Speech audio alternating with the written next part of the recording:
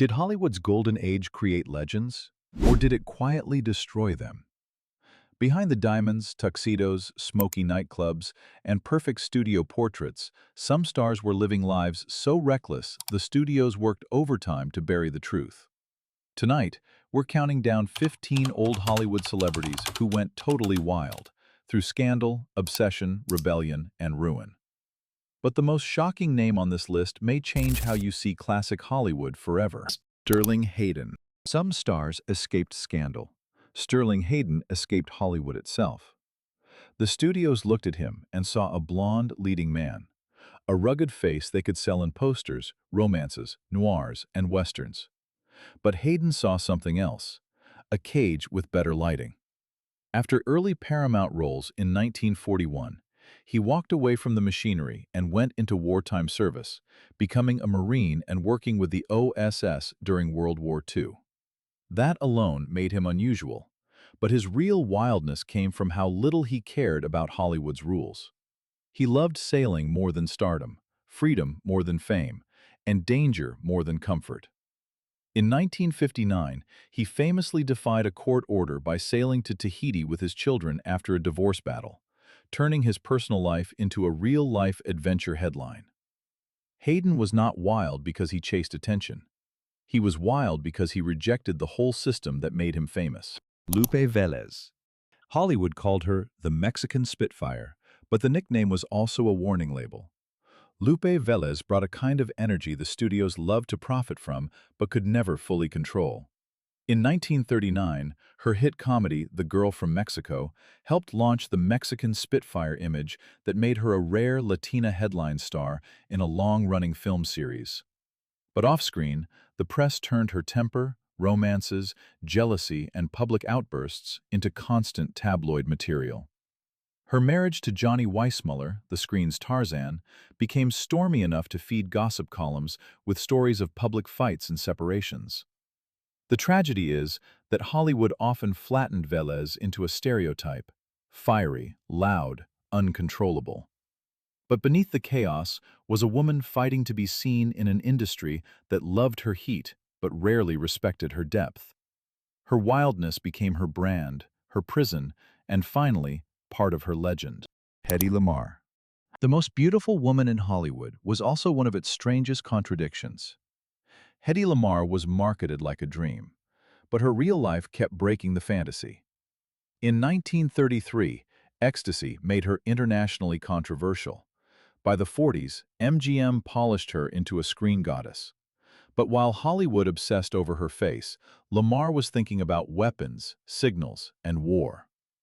In 1942, she and composer George Antheil received a patent for a frequency-hopping system meant to help protect radio-controlled torpedoes from jamming, an idea later linked to spread-spectrum communication. That should have rewritten her legacy instantly, but Hollywood preferred beauty over brains. Then came the later life headlines: a shoplifting arrest in 1966, dropped charges, and another strange incident in 1991 involving a Florida drugstore. Lamarr's story feels wild because it swings from genius to scandal, from glamour to loneliness, from invention to humiliation. Hollywood never knew what to do with a woman that complicated. Marlene Dietrich. Marlene did not just break rules. She made rule-breaking look elegant. In an era when studios wanted women soft, obedient, and easy to categorize, Dietrich built herself like a weapon: cool voice, sharp cheekbones, men's tailoring, cigarette smoke, and dangerous calm. Her trousers alone became a kind of rebellion, but her wildest act was political courage. In the 30s, she refused offers to return to Nazi Germany and become a propaganda star, choosing instead to seek American citizenship and support the Allied cause. During World War II, she performed for troops through USO tours, even near dangerous frontline conditions. That made her more than a screen siren. It made her a symbol of defiance. Dietrich's private life also carried an aura of sexual independence and mystery. But unlike louder Hollywood rebels, she controlled the scandal instead of being controlled by it. She was wild with discipline, dangerous with purpose, and impossible to own. Lana Turner. Lana Turner's scandal did not happen in a nightclub. It happened inside a pink bedroom and exploded across America. By the 50s, Turner was already a symbol of polished studio glamour, the kind of blonde star Hollywood sold as fantasy. But in 1958, that fantasy shattered when her teenage daughter, Cheryl Crane, fatally stabbed Turner's boyfriend, Johnny Stompanato, during a violent domestic confrontation. The case was later ruled justifiable homicide, but the damage to Turner's image was enormous. Stompanato was not just a lover. He was widely described as connected to the criminal underworld, which made the headlines even more sensational. Suddenly, Turner was not just a movie star. She was the center of a courtroom drama involving fear, violence, motherhood, and survival. The public could not look away because the story felt like a noir film come alive. Lana's wildness was not reckless partying. It was being trapped inside a scandal so shocking it swallowed her screen image whole. Montgomery Clift. Montgomery Clift did not fall from grace all at once. He seemed to disappear, piece by piece. Before the collapse, he was one of the most magnetic actors of his generation, intense, beautiful, nervous, and modern in a way old Hollywood had not fully seen before. Then came 1956. After leaving a dinner party at Elizabeth Taylor's home, Clift crashed his car and suffered devastating facial injuries, including a broken jaw, broken nose, fractured sinuses, and deep lacerations. He returned to work, but the accident changed everything: his face, his pain, his confidence, and the public's perception of him. Chronic suffering reportedly deepened his reliance on alcohol and pills, turning his later career into what writers have often described as a slow, heartbreaking decline. Clift's story is wild in the saddest way because it was not about showing off. It was about surviving damage while the camera kept demanding beauty. His legend became a wound Hollywood could never stop staring at. Frances Farmer. Some Hollywood rebels were punished with bad publicity. Frances Farmer was punished with a nightmare. She had the face of a leading lady, the intelligence of a serious artist, and the temper of someone who refused to bow politely while the studio system tightened its grip. Farmer did not fit the soft, obedient image Hollywood wanted from women in the 30s and 40s. She challenged authority, resisted studio control, and became known as difficult in an industry where that word could destroy a woman faster than any scandal.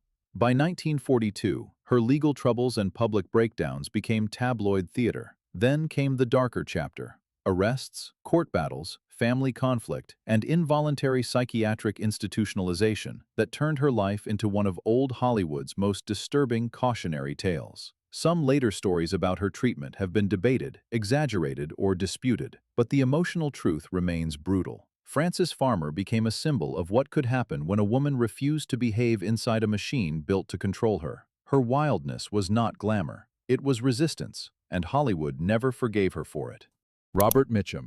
Robert Mitchum looked like trouble before trouble even found him. He had sleepy eyes, a lazy walk, and the kind of calm that made danger feel casual. Hollywood sold him as a tough guy, but in 1948, the image became real when he was arrested in a high-profile marijuana raid that turned into one of the biggest celebrity scandals of the decade. At a time when the studio system still tried to protect stars like royal property, Mitchum's arrest made him look untouchable for all the wrong reasons. He served time, faced public shame, and could have become another warning story. Instead, something strange happened. The scandal hardened his legend. Audiences did not see him as ruined. They saw him as authentic. Mitchum returned to the screen with even more danger in his presence, as if the headlines had only confirmed what people already suspected. He was not pretending to be a bad boy. He had lived through the punishment and walked back into Hollywood with that same half-asleep stare. Ava Gardner. Ava Gardner did not simply enter Hollywood. She crashed into it like a beautiful storm. The studios wanted to polish her into a controlled screen goddess, but Ava lived as if glamour meant nothing without freedom. She drank hard, loved recklessly, spoke bluntly, and treated studio rules like irritating furniture in her way. Her romances became legendary, especially her turbulent marriage to Frank Sinatra, a relationship so emotional, jealous, and explosive that it seemed to feed the gossip columns by the hour. But Gardner's wildness was not just about men or parties. It was about refusal. She refused to be the obedient beauty. She refused to pretend happiness for publicity. She refused to let Hollywood turn her into a decorative object. In the 50s, she escaped much of the studio circus by living abroad, especially in Spain, where bullfighters, nightlife, and freedom became part of her myth. Ava's scandal was that she made chaos look honest. Hollywood loved her face, but it could never fully control her soul. Frank Sinatra. Frank Sinatra sang like heartbreak had manners, but his private life often sounded like breaking glass. To fans, he was the velvet voice, the skinny kid from Hoboken who became one of the most powerful entertainers of the 20th century. But behind the microphone was a volatile man with fierce loyalties, intense grudges, and a temper that became almost as famous as his phrasing. His romance with Ava Gardner turned into a public emotional inferno, filled with jealousy, obsession, breakups, reunions, and headlines that made his polished image look dangerously fragile. Through the 50s and 60s, Sinatra also faced long-running rumors and scrutiny over alleged associations with underworld figures, claims that followed him even as his career kept rising. He could be charming, generous, cruel, wounded, and explosive, sometimes all in the same legend. That contradiction made him irresistible to audiences. Sinatra's wildness came from control and collapse fighting inside one man. On stage, every note sounded effortless. Off stage, the drama never seemed to stop. Judy Garland. Judy Garland's wildness was not born in rebellion. It was manufactured under studio lights. As a child star, she gave Hollywood one of its most beloved voices, but the price was terrifying. From her teenage years at MGM, Garland faced punishing schedules, pressure about her weight, emotional control, and a studio culture that treated young performers like products instead of children. By the time The Wizard of Oz made her immortal in 1939, the machinery around her was already damaging the person behind the voice.